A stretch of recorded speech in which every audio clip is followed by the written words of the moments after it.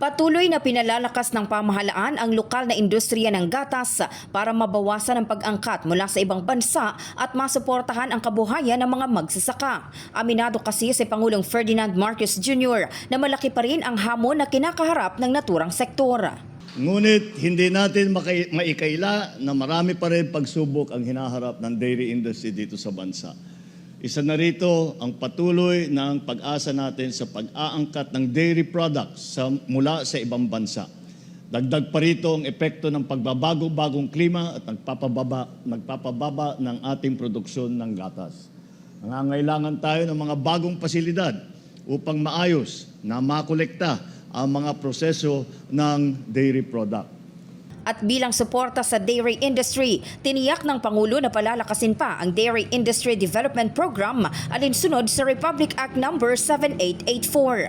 Sa ilalim ng programang ito, nagpapahiram tayo ng puhunan sa ating mga magsasaka, nagbibigay tayo ng dairy animal at nagsasagawa ng training mula sa dairy management at dairy husbandry hanggang sa breeding. Makakaasa kayo na naririto ang pamahalaan upang magpapatupad ng mga programang nagpapabilis sa ating pagproseso ng dairy products. Inilatag rin ng punong ehekutibo ang iba pang ginagawa ng pamahalaan para masuportahan ang lokal na produksyon ng gatas.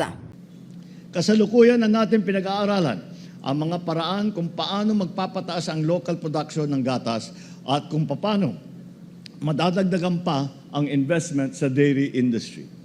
Patuloy din tayo makikipagtulungan sa pribadong sektor upang makapag-abot ng suporta sa ating mga magsasaka at sa ating mga manggagawa.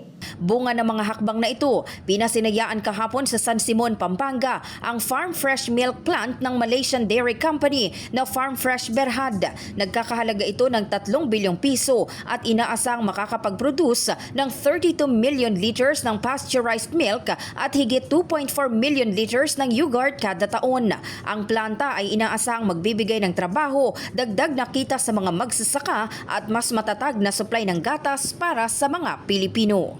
In the heart of changing lives, ako si Brigada Maricar Saragan ng 105.1 Brigada News FM Manila, The Music and News Authority.